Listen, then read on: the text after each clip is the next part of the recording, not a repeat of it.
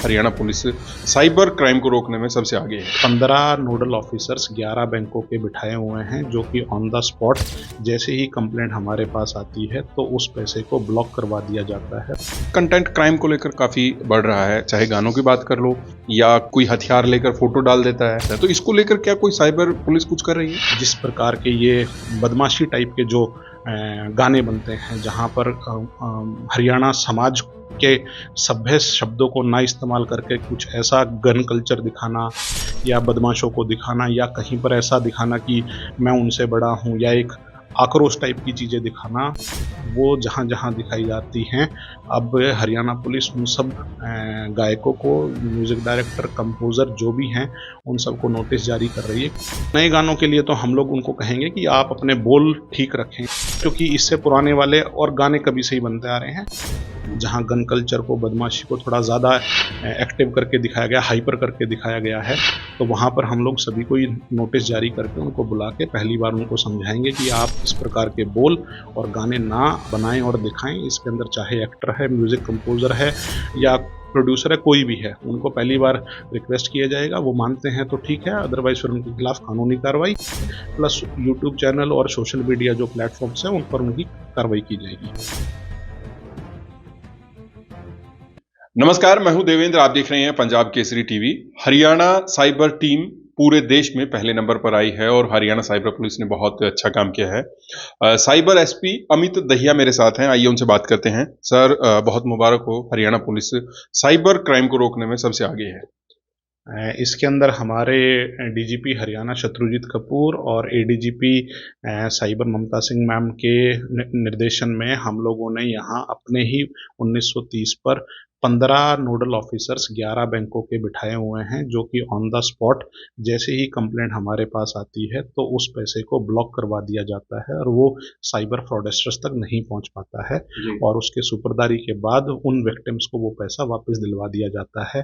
तो ये हरियाणा ने सबसे नायाब पहल की है पूरे देश के अंदर और इसके बहुत अच्छे परिणाम आए। उसके अलावा जितने भी साइबर क्रिमिनल्स जिनके कॉल हमारे पास यहाँ 1930 पर आते हैं, उन सब नंबर्स को हम लोग ब्लॉक कर देते हैं। करीब करीब 1.5 लाख के आसपास वो नंबर्स भी हम लोगों ने ब्लॉक करवा दिए हैं। तीसरा, जब वो कॉल्स आते हैं तो हम लोग उनकी लोकेशंस निकलवाते हैं और अपनी अपनी सीआईए टीम्स और साइबर एसएचओज को कहते हैं कि वो उन सबको जाके उन लोकेशंस पे धरपकड़ करें।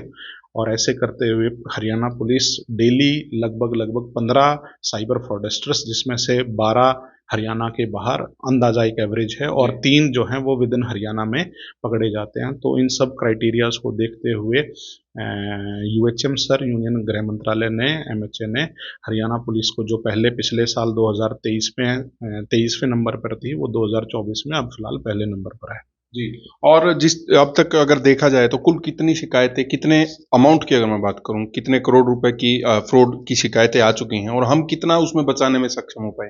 देखिए, हम कुल मिला के 268 करोड़ रुपया पिछले साल बचा चुके हैं, जो विक्टिम्स को सुपरदारी के थ्रू अब वापस दिलवाया जा रहा है।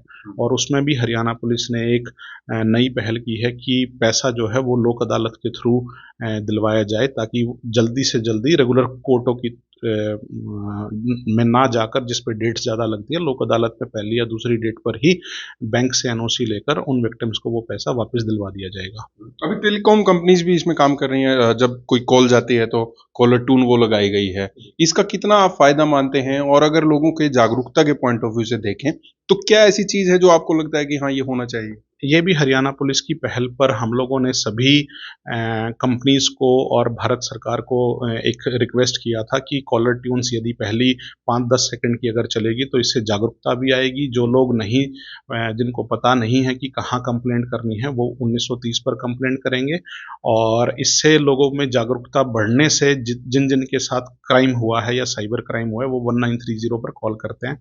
हाँ, ये कॉलर ट्यून आने के बाद पर डे हमारे पास लगभग 4-4,500 कॉल आती हैं, जिसमें से 300 साढ़े 300 जो कॉल्स होती हैं वो साइबर फ्रॉड की हैं, और बाकी कितनी होती थी? पहले चार पहले साढ़े पहले चार 2,500 के आसपास ओके। थी।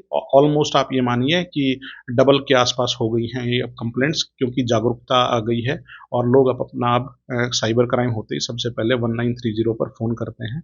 लेकिन आपके माध्यम के ज़रिए मैं और भी रिक्वेस्ट करना चाहूँगा हरियाणा वासियों को, यदि आपका कोई भी साइबर क्राइम हो जाता है आपके साथ, तो आप 1930 पर ज़रूर रिपोर्ट करें। एक सोशल मीडिया पे कंटेंट क्राइम को लेकर काफी बढ़ रहा है, चाहे गानों की बात कर लो या कोई कोई हथियार लेकर फोटो डाल देता है, तो इससे भी कहीं ना कहीं कल्चरल अगर हम पॉइंट ऑफ व्यू से देखें या क्रिमिनल पॉइंट ऑफ व्यू से बढ़ावा मिलता है। तो इसको लेकर क्या कोई साइबर पुलिस कुछ कर रही है? देखिए, इसके लिए हम लोगों ने अपनी एक साइबर पेट्रोलिंग टीम बनाई है। उसमें हम लोगों ने 5 जो हरियाणा पुलिस के वेल ट्रेंड सोशल मीडिया के जो साइबर एक्सपर्ट्स हैं उनको टीम में लगाया है, और सभी जिस प्रकार के ये बदमाशी टाइप के जो गाने बनते हैं, जहाँ पर हरियाणा समाज के सभ्य शब्दों को ना इस्तेमाल करके कुछ ऐसा गन कल्चर दिखाना या बदमाशों को दिखाना या कहीं पर ऐसा दिखाना कि मैं उनसे बड़ा हूँ, या एक आक्रोश टाइप की चीज़ें दिखाना, वो जहाँ-जहाँ दिखाई जाती हैं, अब हरियाणा पुलिस उन सब गायकों को, म्यूज़िक डायरेक्टर, कंपोज़र जो भी हैं, उन सबको नोटिस जारी कर रही है कि आप इस प्रकार का कंटेंट जो कि समाज में अच्छा नहीं है और किसी और चीज़ को बढ़ावा दे रहा है, यानी कि बदमाशी टाइप को, और यूथ उससे ज़्यादा ग्लैमर एक फ़ील करता है, उन सबको नोटिस देकर उनको सबसे पहले रिक्वेस्ट की जाएगी कि आप इन सभी प्रकार के गानों के बोलों को जो है वो ढंग से रखें। नहीं होगा तो फिर उन लोगों के यूट्यूब चैनल्स के ऊपर कार्रवाई की जाएगी, प्लस उनके खिलाफ भी कानूनी कार्रवाई की जाएगी। तो जो पहले से गाने ऑलरेडी अपलोडेड हैं उन पर भी एक्शन हो सकता है या फिर नए गाने जो बनेंगे उन पे? देखिए, नए गानों के लिए तो हम लोग उनको कहेंगे कि आप अपने बोल ठीक रखें इसके अंदर, क्योंकि इससे पुराने वाले और गाने कभी से ही बनते आ रहे हैं।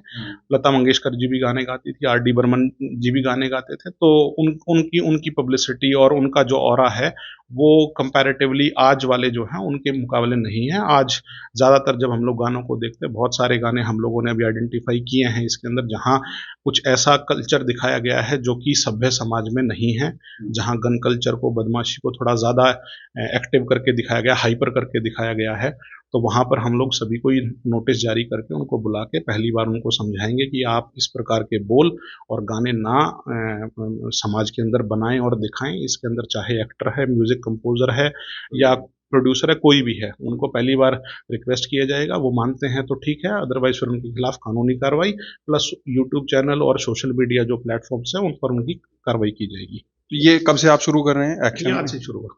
ये आज से हम लोगों ने अपनी साइबर पेट्रोलिंग टीम बना दी गई है, और आपके माध्यम से भी हम लोग सभी को ही जितने भी हरियाणवी कलाकार हैं उन सबको ये रिक्वेस्ट भी कर रहे हैं कि इस प्रकार की भाषा का आप लोग प्रयोग ना करें अपने गानों में, अपने रील्स में, अपने सोशल मीडिया पर, और गन कल्चर को आप बढ़ावा ना दें। अदरवाइज हम लोग आपको एक पहली बार आपको समझाने के लिए आपको एक नोटिस जारी करेंगे। अगर आप उस पर नहीं मानते हैं तो फिर आपके खिलाफ कानूनी कार्रवाई भी, और फिर जो सोशल मीडिया पर ब्लॉकिंग की कार्रवाई है वो भी हम चालू कर देंगे। ठीक है, बहुत बहुत शुक्रिया। Amit Dahiya, cyber SP Haryana cyber crime, मेरे साथ थे और कई मुद्दों पर उनके साथ बात की। मैं हूं देवेंद्र, कैमरा के पीछे मेरे सहयोगी आकाश। नमस्कार।